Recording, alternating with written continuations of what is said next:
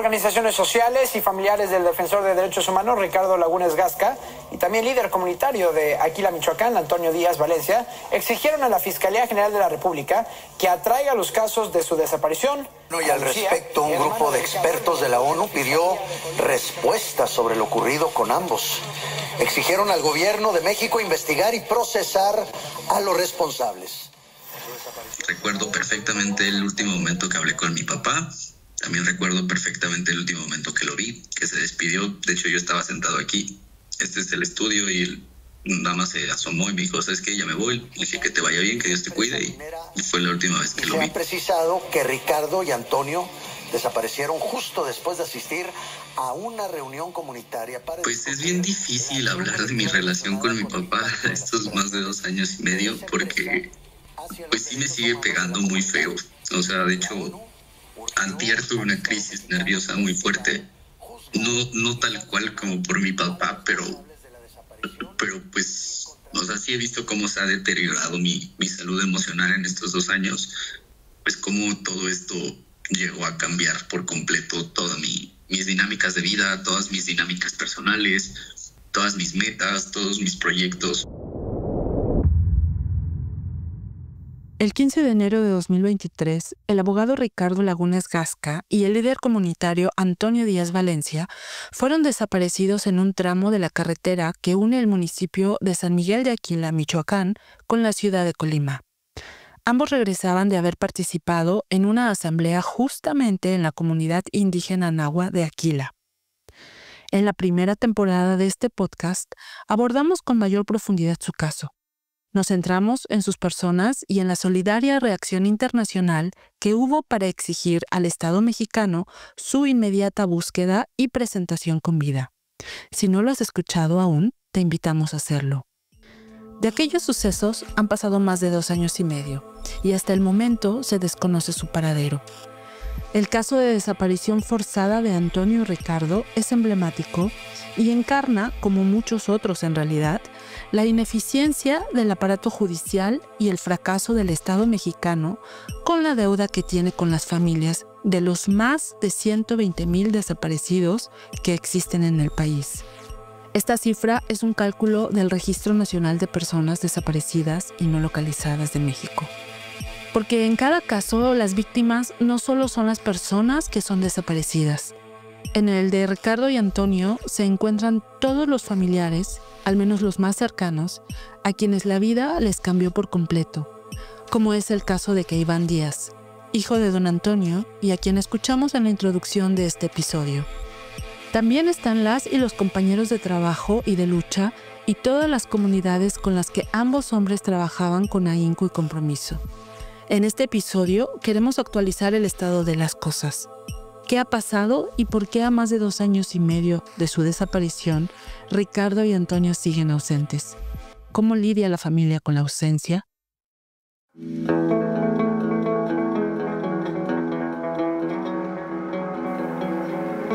Underground Periodismo, en colaboración con Taula per Mexic, presenta Sobrevivir a la violencia. México, Urgencia Internacional, segunda temporada. Episodio 3. Denuncia en Luxemburgo.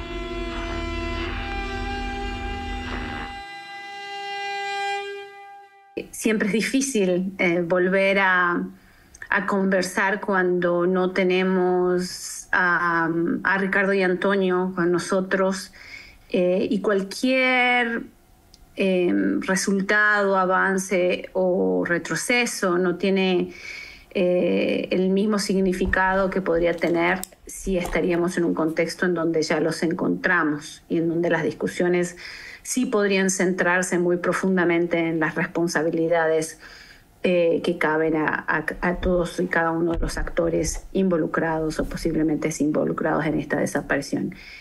Quien habla es Alejandra Gonza, abogada internacional de las familias de Ricardo y Antonio ante la Organización de las Naciones Unidas y la Comisión Interamericana de Derechos Humanos, hasta donde ha llevado el caso de desaparición de estos defensores de la tierra. Después de 2 años nos encontramos en que no hemos logrado que el caso de Ricardo y de Antonio se investigue de una forma amplia como una desaparición forzada de defensores ambientales en un contexto de violencia contra defensores ambientales en México, siendo México uno de los países más peligrosos para ejercer este trabajo. Aunque parezca increíble, las autoridades mexicanas investigan la desaparición de estos defensores de derechos humanos como un caso de desaparición por particulares. Esto significa que la investigación en marcha solo está encaminada a determinar la responsabilidad penal de algunos de los autores materiales y queda excluida la participación directa o indirecta de funcionarios públicos de cualquier nivel y la responsabilidad del Estado.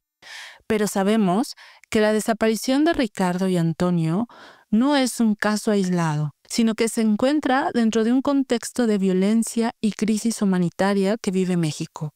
Como abogada, Alejandra Gonza explica lo imperante que debe ser que este caso sea visto desde otra perspectiva.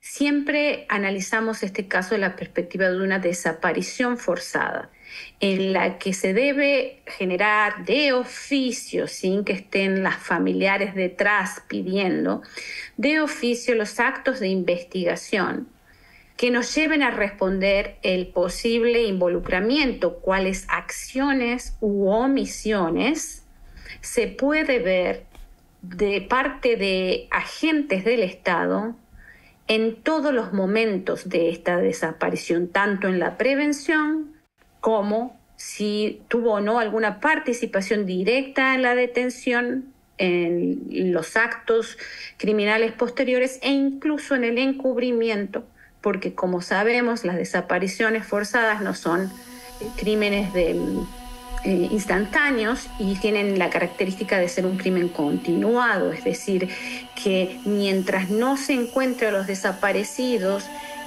los actos y deficiencias de las autoridades en la investigación, en la búsqueda, dependiendo de cuáles son ellos, también los puede transformar en parte de este sistema de desaparición. Entonces, eso es un punto que lo planteamos. Primero es el rol del Estado. Nosotros vemos este caso como un caso en donde la responsabilidad del Estado está muy clara. Habrá quien se plantee, pero si no fueron policías municipales ni autoridades quienes los desaparecieron.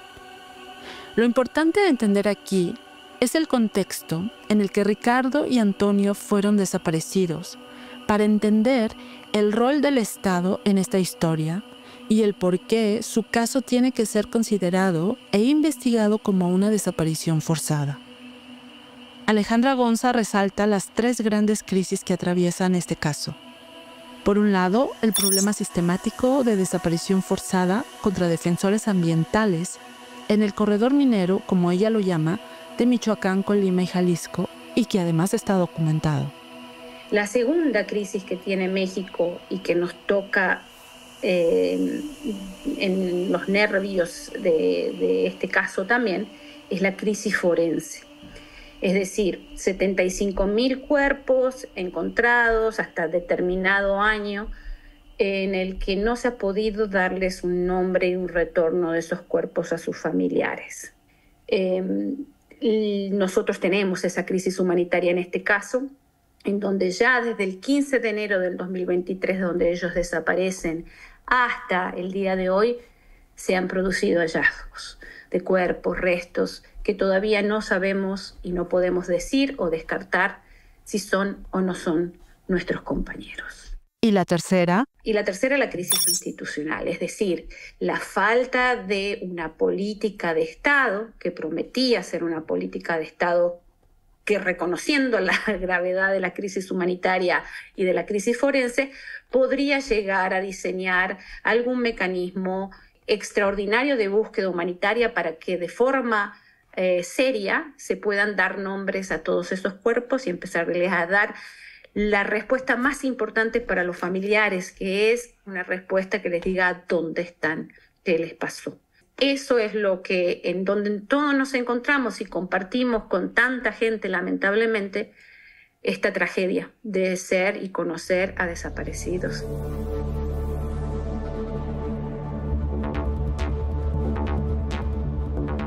Así las cosas, hasta el momento en que se produce este podcast, se tiene que, si bien a nivel internacional, la defensa de las familias ha logrado recomendaciones internacionales importantes que han dado visibilidad al caso, la investigación en México no ha logrado establecer la autoría intelectual, ni la participación que directa o indirectamente podría tener un corporativo internacional, y menos aún, y lo más importante, esclarecer qué pasó y en dónde se encuentran Ricardo y Antonio.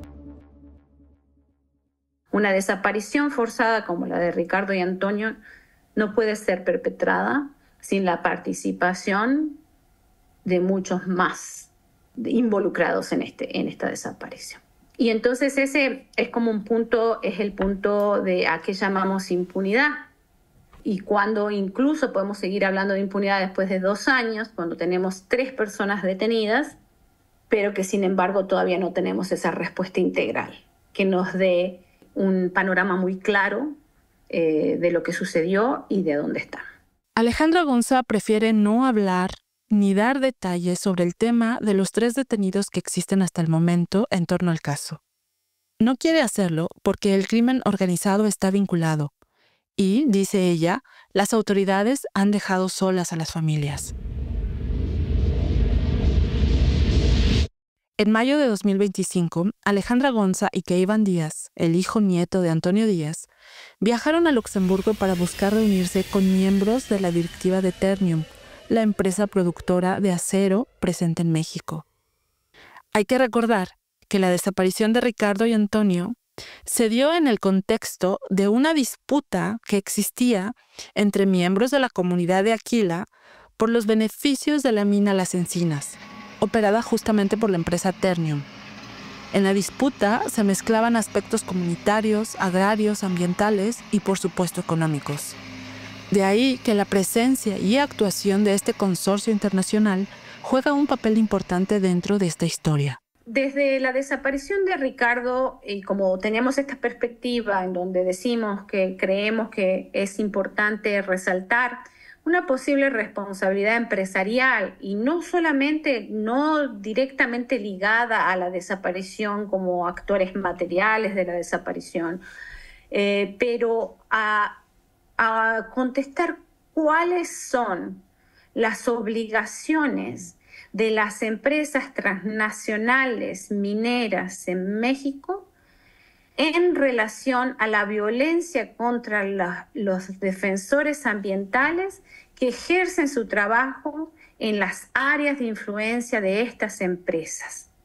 No pueden simplemente decir, fue el crimen organizado, es decir, ¿cuál sería una respuesta idónea por parte de las empresas en donde puedan arropar, escuchar, recibir y conversar con los familiares y sus representantes en relación a la perspectiva que tienen los familiares de los desaparecidos en este caso?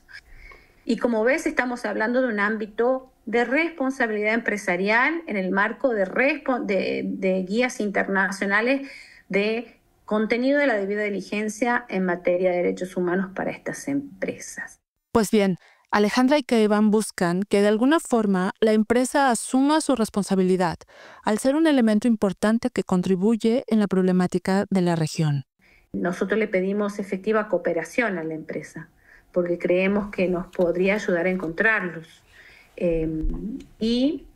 También creemos que es necesario que adopten una política de cero tolerancia a la violencia contra defensores ambientales, que tienen que hacer una evaluación de impactos de derechos humanos en donde dentro de esa evaluación se incluya la violencia en contra de los defensores de derechos humanos que ocurren en la región donde operan y van a seguir ocurriendo si no se las atiende, y que incluso activen sus mecanismos internos de investigación para la determinación interna de algún posible tipo de responsabilidad o no de sus ejecutivos, pero de los ejecutivos que estaban directamente relacionados con el desarrollo minero en Aquila.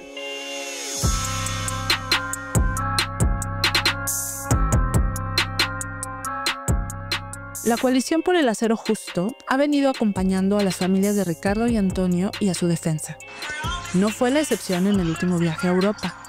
Sin embargo, fue en vano el intento para que la empresa Ternium se reúna con las víctimas.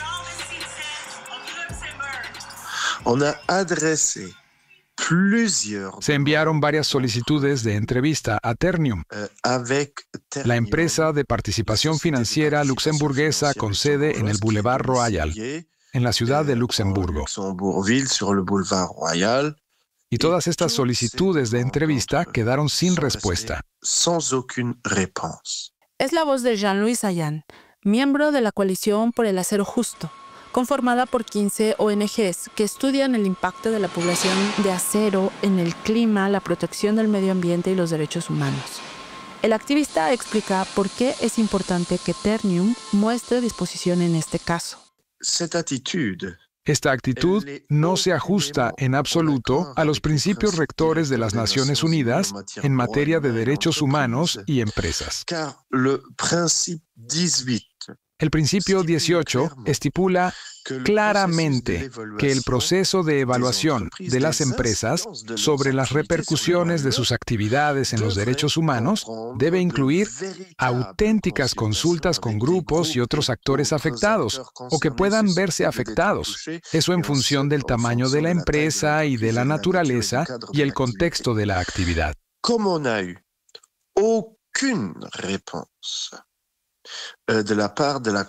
Pero, al no haber respuesta alguna por parte de la empresa Ternium,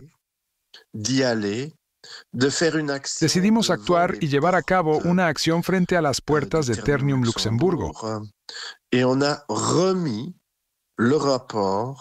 donde entregamos a Ternium el informe The Real Cost of Steel el 2 de mayo pasado en sus instalaciones, con un llamamiento al deber de vigilancia en materia de derechos humanos y medioambientales.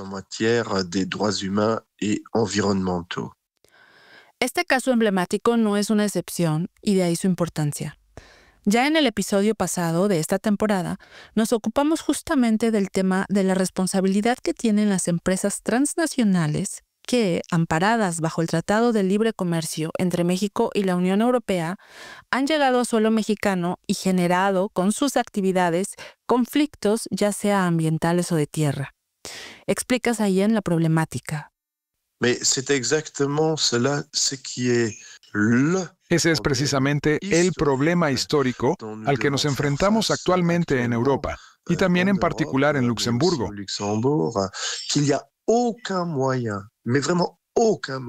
Y es que no hay ningún medio, pero absolutamente ninguno de verdad, a nivel jurídico, para obligar a una empresa de este nivel a responder de manera positiva al principio rector de Naciones Unidas en materia de derechos humanos y empresas.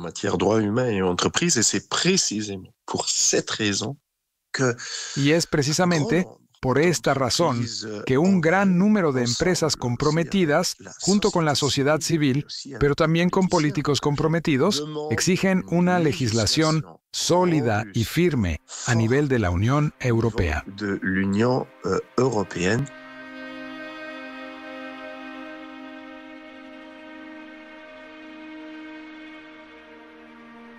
Una de esas parlamentarias que ha seguido de cerca el caso es la luxemburguesa Tilly Metz, de los Verdes, quien fue presidenta de la Delegación para las Relaciones con los Países de América Central de 2019 a 2024. Metz no solo se reunió entonces con familiares de Ricardo y Antonio, sino que promovió que su partido pidiera una explicación oficial a la Oficina Central de Ternium en Luxemburgo cuando sucedió la desaparición de los dos defensores de derechos humanos. La legisladora ve con ojos críticos el hecho de que Ternium se niegue tan solo a cooperar y a recibir a los familiares de las víctimas. Si mañana alguien desapareciera en mi jardín y que la gente me pidiera verme, yo diría, por supuesto, vengan. Hay que encontrar soluciones. Haría todo lo posible para encontrarlo. Por lo tanto, creo que lo mínimo que la empresa debería hacer es acoger a las familias. Para mí, esta opacidad no augura nada bueno. Si no hay nada que ocultar, se puede ver a las familias, se puede apoyar, Se puede trabajar juntos. Metz no es más presidenta de la Delegación para las Relaciones con América Central. Sin embargo, en sus planes no se encuentra olvidar el caso de Ricardo y Antonio. Plantea su intención de mantener el tema en la agenda dentro de la Unión Europea e incluso no descarta volver a escribir cartas formales al gobierno de su país, aprovechando que ahora hay nuevas autoridades. Deberíamos actuar nuevamente para llamar la atención y ejercer presión. Creo que es muy importante que los medios de comunicación como ustedes, pero también los medios en general, se interesen por este tema y no lo olviden. Todavía no sabemos qué pasó. Sabemos que había impactos de bala en su camioneta, pero aún no sabemos qué fue lo que sucedió. Lo mínimo para las familias es saber qué pasó.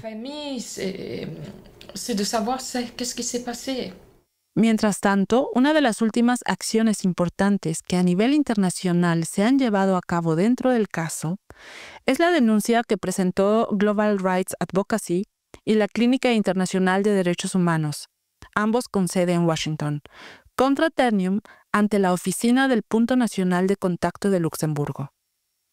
Los puntos nacionales de contacto son oficinas establecidas por los gobiernos adheridos a las líneas directrices de la OCDE para empresas multinacionales, y su función principal es promover la implementación efectiva de estas directrices, que abarcan la conducta empresarial responsable en áreas como derechos humanos, medio ambiente y lucha contra la corrupción. Nuestras quejas principales son en relación al posible incumplimiento de la empresa sobre las normas de la OECD en relación con la atención a una grave violación a derechos humanos como la de Ricardo y Antonio. La respuesta, la debilidad de su respuesta, la falta de atención, el no atendernos. El punto de contacto nacional en Luxemburgo analizará la solicitud y definirá si se cuentan con los criterios para que proceda. De ser así, según nos explicó Jean-Louis Zayan, la denuncia podrá comunicarse a la empresa. La medida, sin embargo, otra vez no es vinculante. À ce moment-là, une décision devra être prise. En ese momento, la empresa deberá decidir si va a iniciar un proceso de mediación que será dirigido por el Contacto Nacional. Le point de contact national. À nouveau, un certain nombre de... Una vez más, varios actores de la sociedad civil afirman con razón que no se trata de un medio vinculante. Ce n'est pas un moyen contraignant. Il y a, disons, une Existe, digamos, una cierta presión ética, porque si se ignora una denuncia de este tipo, sería grave. Ce serait grave, mais il faut quand même dire que... Pero hay que decir que las empresas tienen la posibilidad de ignorar una solicitud o una denuncia de este tipo. Une telle demande, une telle plainte. Volvamos al inicio de este podcast. Las desapariciones forzadas y todo tipo de violaciones a los derechos humanos generan múltiples víctimas y las consecuencias dejan secuelas que duran años. Bueno, soy Keivan Antonio Díaz Valencia, tengo 28 años. Yo soy hijo de la hija mayor de mi papá y mi mamá falleció cuando yo tenía 7 años. Así es que mi abuelo, mi papá Toño, me adoptó desde ese momento junto con mi abuela Hermelinda. Y pues yo crecí en casa de ellos desde esa edad. Keivan estudió Ciencias de la Comunicación y Periodismo en la universidad. En los últimos años se dedicó a acompañar y a trabajar con su papá Toño, como él le llama. Era, en sus propias palabras, como su secretario particular. La unión entre ambos era fuerte porque desde que su abuela murió vivían los dos solos en Morelia. El día en que desaparecieron a Ricardo y a Antonio, Keivan lo recuerda todavía muy bien. Ese 15 de enero del 2023 estuve a punto de ir. Me acuerdo que sí estuve a punto de ir. Al final no voy porque yo ya tenía un compromiso con mi novia. Fue algo que me persiguió bastante tiempo, que era el hecho de que decía como, pues tal vez si yo hubiera ido no hubiera pasado. O sea, tal vez si yo hubiera ido nos hubiéramos regresado antes o... no sé, nos hubiéramos quedado a dormir o cualquier cosa. Pero pues lamentablemente no.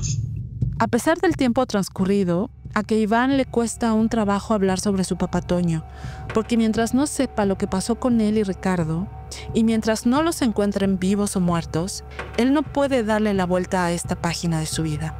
Lo mismo que sucede con los familiares de todas las víctimas de desaparición forzada. Estuve durante muchos meses, tal vez más de medio año, solamente en un estado de supervivencia, en un estado completamente automático donde yo actuaba solamente porque tenía que hacer las cosas. Eso por esa parte. Por otra, pues emocionalmente te destruye.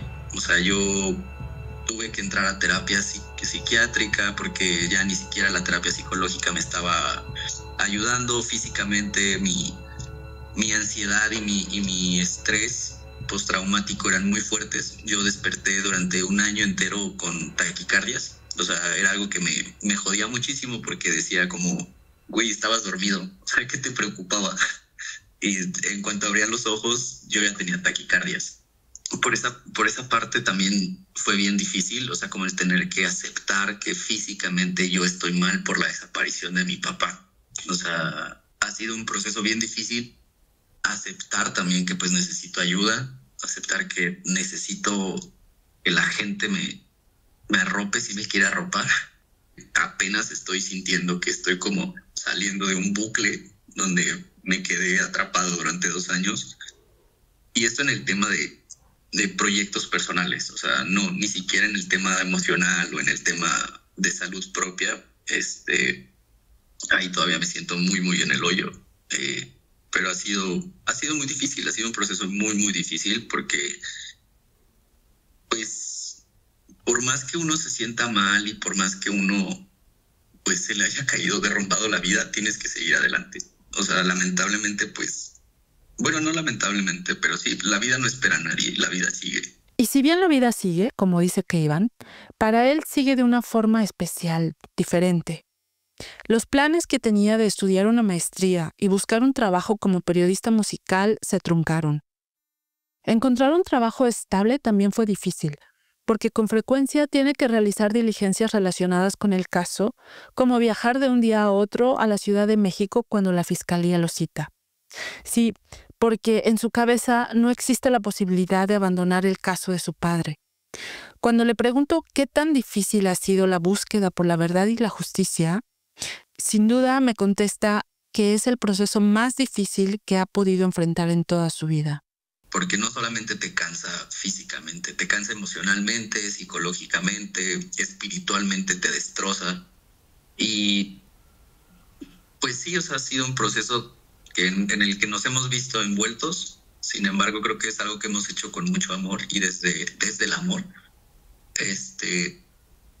Y nos hemos tenido que enfrentar como familias al aparato sistémico del Estado mexicano. O sea, de verdad nos hemos tenido que enfrentar directamente a fiscalías, a CNB, a organizaciones, al mismo sistema. O sea, el sistema en México es muy revictimizante para todas las víctimas. O sea, nos hemos tenido que enfrentar a pues que reanuden procesos, a que se pierdan nuestras pruebas de ADN, a que se viole el debido proceso de parte de todo el mundo y que luego nos regañen a nosotros siendo las víctimas. Te enfrentas a que el Estado siempre quiere que tú como víctima hagas la chamba y ellos nada más sacarla. Si por el Estado fuera, a uno le tocaría salir a buscarlos, hacer pruebas, hacer match de ADN y ya luego ellos saldrían y dirían, los encontramos. Nosotros siempre los hemos estado buscando. ¿Cuándo no? Con Iván coincide Alejandra Gonza, quien sin descanso ha acompañado a los familiares de Ricardo y Antonio en esta búsqueda de justicia. Alejandra era además amiga y colega de Ricardo y trabajaban juntos en el Global Rights Advocacy, una organización sin fines de lucro con sede en Seattle, Washington, que se especializa en brindar defensa legal a víctimas que desean recurrir a mecanismos internacionales de protección de derechos humanos. Ella tampoco está dispuesta a soltar este caso que le representa tanto. Y me explica el por qué. Cada uno tiene su forma de buscar, ¿no? Y lamentablemente no puedo buscar a Ricardo en terreno. Entonces lo busco en los expedientes, lo busco con lo que sé hacer, que es esa parte de investigación y de apertura de espacios donde podemos tratar de generar que se siente la gente con nosotros, que sí tiene el poder de encontrarlos. Y creo que quizás es eso, es la esperanza de que sí hay gente que sabe lo que les pasó y a dónde están, y que en el momento en que se generen las condiciones en donde puedan hablar sin morir, van a decir dónde están. Y lo vamos a encontrar, y tengo la esperanza de que todos los corazones rotos que están en estas familias puedan mínimamente, porque ni siquiera eso va a traer, pero sí mínimamente tener un cierre, porque no es lo mismo luchar con la ausencia y buscar justicia que luchar por la justicia de una persona que ha sido asesinada y su cuerpo está descansando dignamente. Keivan, por su parte, confiesa no saber si un día podrán recuperar a Ricardo y Antonio. Él sueña con que eso suceda y se aferra al recuerdo de su padre como un hombre hambriento de justicia social, con un amor incondicional a su tierra y a su gente. Un amor, dice, que solo se comparaba al que le tenía a su propia familia.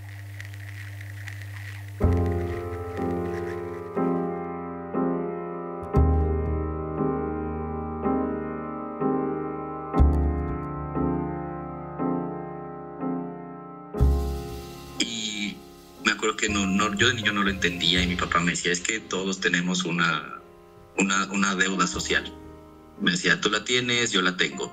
Y me acuerdo que nunca entendí eso realmente hasta hace como un año, que me di cuenta de que yo tengo una deuda social muy grande por todas las personas que me han ayudado en esto, personas que ni idea que yo conocía, ni que sabía que existían, que me han ayudado. Y lo recuerdo como ese ejemplo de humanismo. O sea, porque mi papá era una persona humanista, no lo puedo adjetivar de otra manera.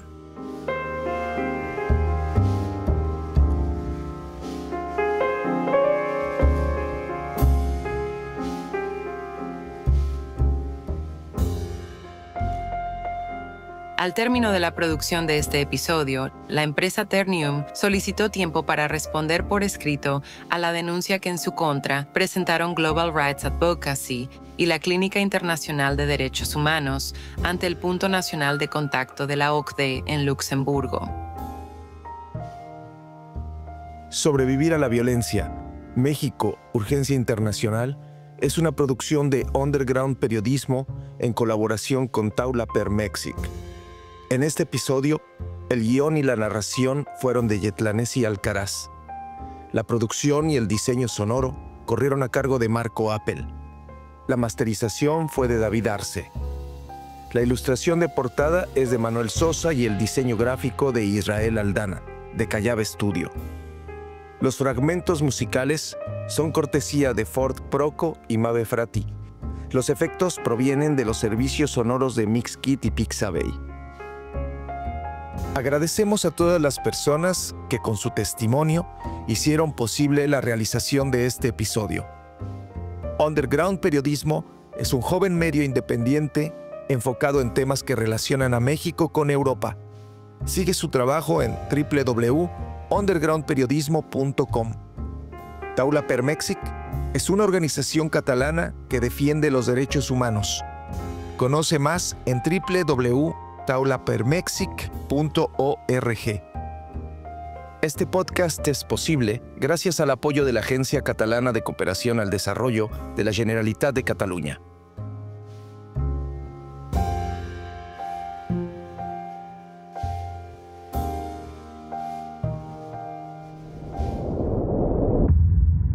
Underground.